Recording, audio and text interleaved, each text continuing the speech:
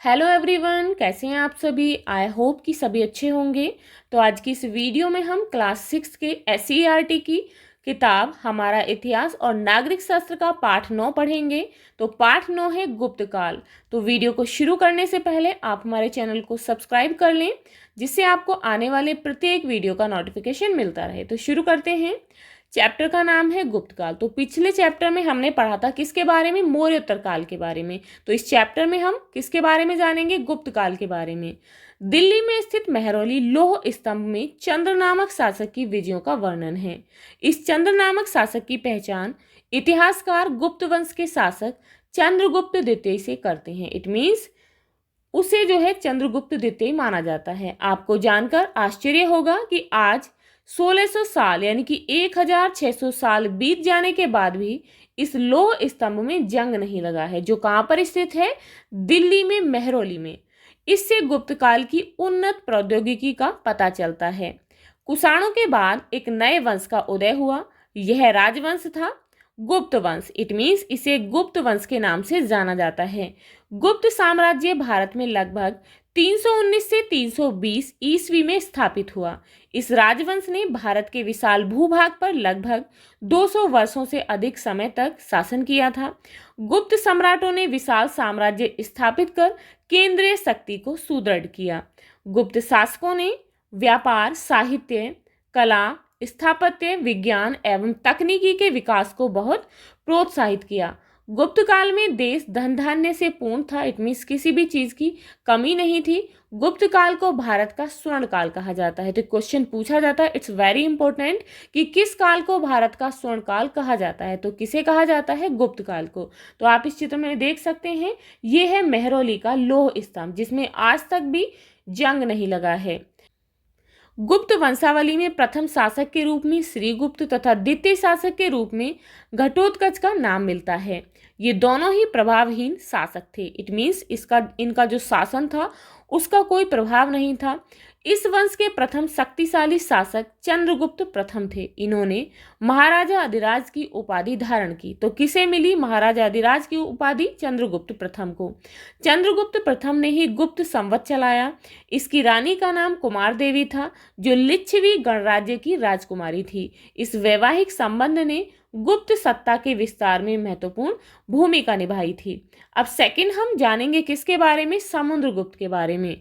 चंद्रगुप्त प्रथम के बाद उनका पुत्र समुद्रगुप्त शासक बना। तो समुद्रगुप्त जो है वो चंद्रगुप्त प्रथम का बेटा था।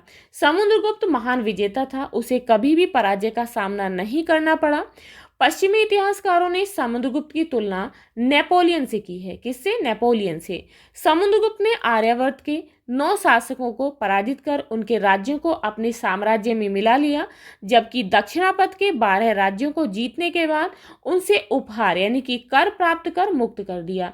विजय प्राप्त करने के बाद समुद्रगुप्त ने अश्वमेध यज्ञ किया। तो किसने किया था अश्वमेध यज्ञ, समुद्रगुप्त ने, तथा अश्वमेध घोड़ा अंकित मुद्रा को चलाया।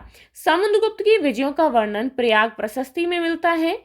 प्रयाग प्रशस्ति की रचना समुद्रगुप्त के दरबारी कवि हरिसेन ने की थी, जो इलाहाबाद, जो कि वर्तमान में अब प्रयागराज है, तो इलाहाबाद में स्थित अशोक स्तंभ पर उत्कीर्ण है।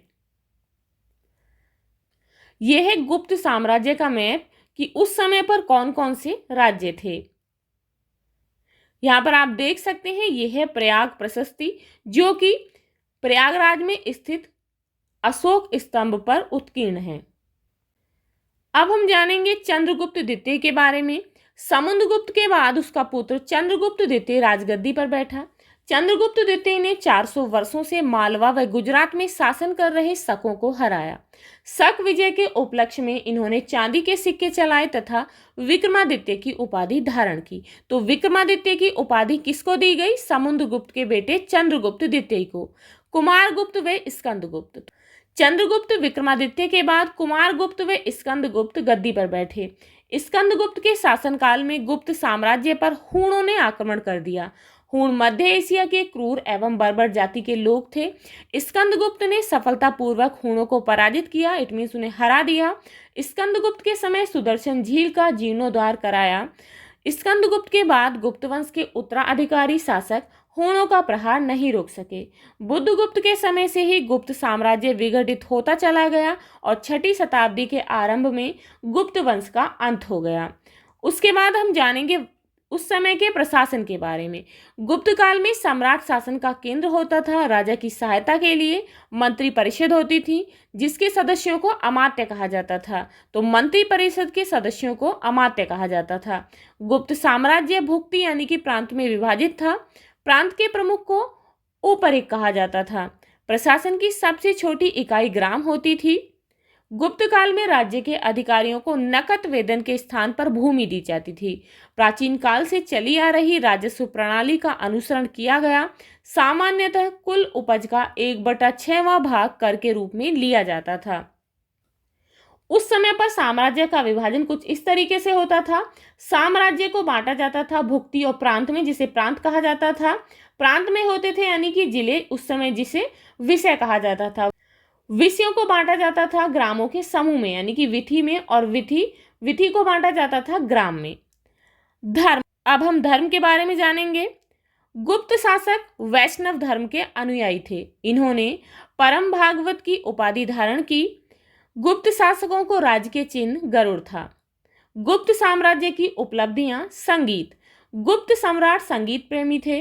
कुछ सिक्कों पर वीणा बजाते हुए सम्राट समुद्रगुप्त का चित्र अंकित है।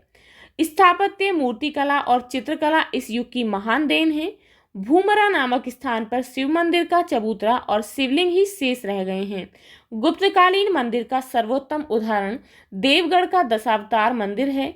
मूर्तियां हिंदू, वैष्णव, शैव, बौद्ध, जैन आदि सभी धर्मों से संबंधित हैं। मूर्तियों का निर्माण सफेद बलुआ पत्थरों से हुआ है। गुप्त काल में विशेष प्रकार के पत्थर के स्तंभ भी बनाए जाते थे।